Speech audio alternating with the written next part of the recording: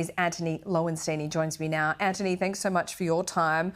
It's quite shocking when this kind of news comes through when you have been covering this story for literally years and seeing every iteration of it. It's almost hard to believe, isn't it?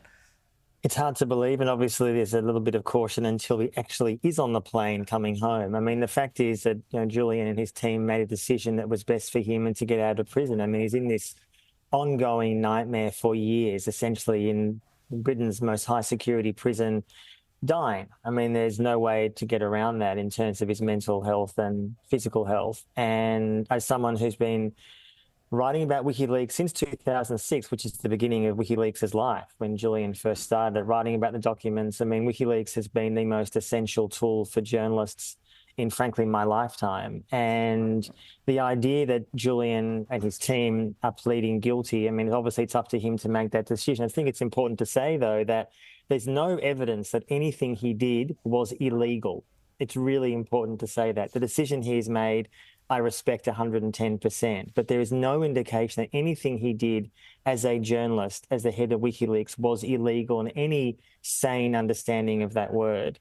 But the idea that he would be coming home to see his wife and his two young kids, along with his family, friends and supporters, obviously is unbelievably welcome.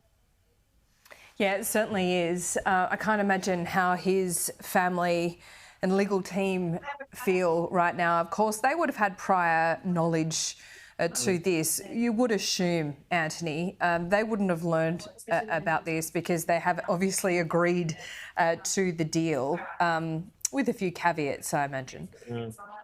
And it's interesting that about a month or so ago, I remember there was a comment made by President Joe Biden, almost in passing, that he was considering some kind of way to end this drama. Now, I guess we'll find out more details in the weeks and months ahead about how this actually was done.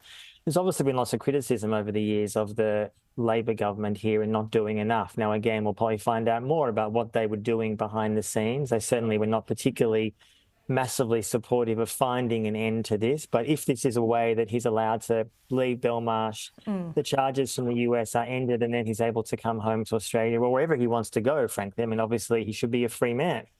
And whether he chooses to continue journalism or doing something else, I mean, I think as I said, the legacy of WikiLeaks is so clear. And I think often we forget sometimes about that kind of thing because of his own personal dramas, which are undeniably important. But WikiLeaks as an organisation has released, in my lifetime, more vital documents about the way the world works and power than any other organisation I can think of. So the legacy to me is clear.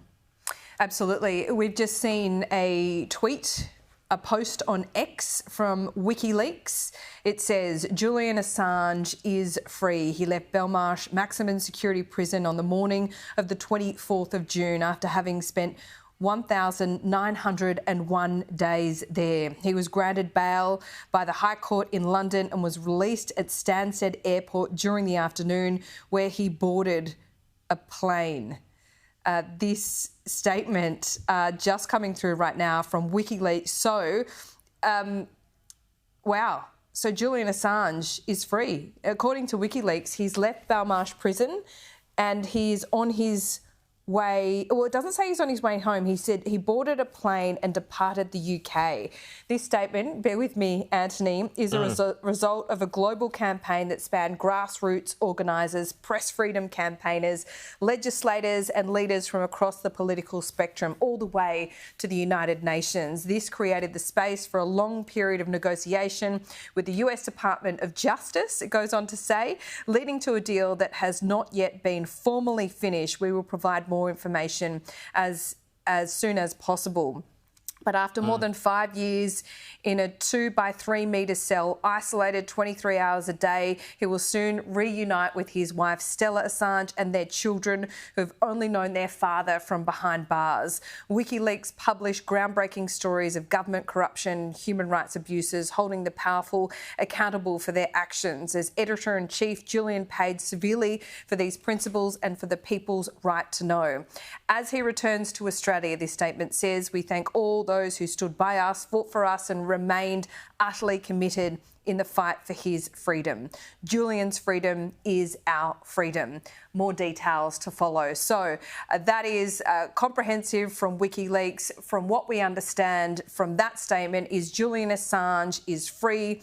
He is now on a plane. He got on that plane at Stansted Airport early on the morning of the 24th.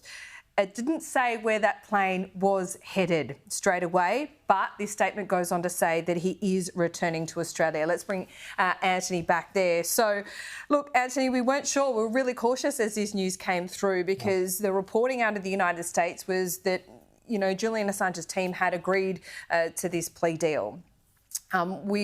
We thought and we understood from this reporting that still needed to be ticked off by a judge, but it all happened pretty quickly. As we understand it, we're getting the news, of course, hours after he was released from prison, but he is out of the UK on his way somewhere, and I assume that is not the United States.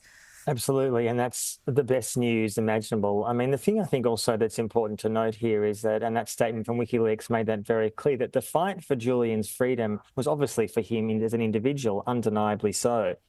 But the idea that a journalist could be potentially prosecuted in America under the Espionage Act, he's not an American citizen, is such an outrageous breach of any kind of guidelines. And that's, I think, why we're so glad that he's now out and hopefully coming to Australia or wherever he wants to go as a free man with his family. And so to me, the legacy of him and WikiLeaks is clear that I think when we look at how the last 20 years roughly of post 9/11 history will be written from Iraq, Afghanistan, the war on terror, Israel, Palestine, Gaza, the list goes on and on and on.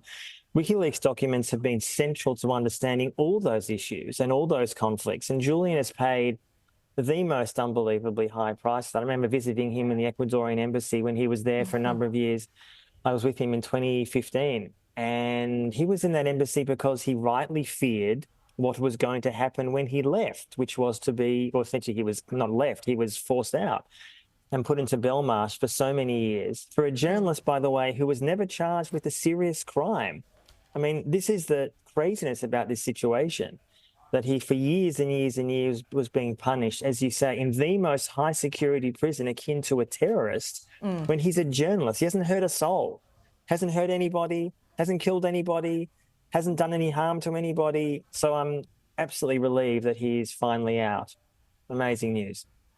Certainly, and now attention will turn to his health. I'm sure, you know, everyone will want to see Julian Assange and hear from him because they haven't heard from him since he was at the Ecuadorian embassy. I remember at the time, and the Ecuadorian embassy, quite strangely, in comparison, in contrast, is around the corner from Harrods, one of the most expensive department stores in the world. And Julian Assange would often stand on the balcony. He'd make quite profound speeches and statements to rallying supporters and protesters. But we could see then that even in the confines of the Ecuadorian embassy, his mental health was starting to decline.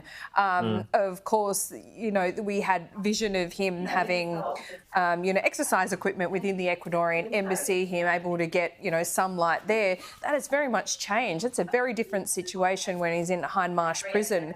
And we heard from WikiLeaks there, he was in solitary confinement in a 2-by-3 metre cell for 23 hours a day, getting 1 hour of sunlight. Laura, for years and years and years for no clear reason. For no clear reason. What was he doing in that prison for years? Well, Antony, what's always been strange to me, and I think many in the Australian public, is how that he has been locked up and subject to these charges for years and years and years, when Chelsea Manning was pardoned by the Obama administration and has been living a free life ever since. And as importantly, that a lot of the people that WikiLeaks exposed as war criminals and torturers in the US and elsewhere are living free lives, often pundits on the media, while Julian himself, the one, and others who work with him, released this information. They were the ones, and he particularly, who was punished for it. I mean, that's the great I don't know if it's an irony or a hypocrisy or an outrage. I mean, that's what it comes down to, that the people that he exposed, the outrages that he exposed, and I think in many ways what WikiLeaks did, I think, for the public is really give a great deal of insight into how power works. And I think it contributes to this sense that we have in the community, in Australia, the US and elsewhere, that increasingly many people do not trust what they're being told by politicians, by journalists. Not all people, not all journalists, not all politicians, but that correct skepticism of power is warranted when the person who's leaking the information, Assange, he was the one locked up, not the people who were committing the crimes. I mean, I'd say it's similar to David McBride here in the Australian context. David McBride is in prison for leaking information about war crimes in Afghanistan, and yet the people who committed the war crimes in Afghanistan are walking free. It's that kind of hypocrisy that I think many in the public react to, rightly, with disgust. Antony, it's so good to talk to you today on an historic day, and a day that Julian Assange and his supporters, I should say, have been waiting literally years for. Thanks so much. Thanks, we'll Laura. see you soon. Thanks, Laura.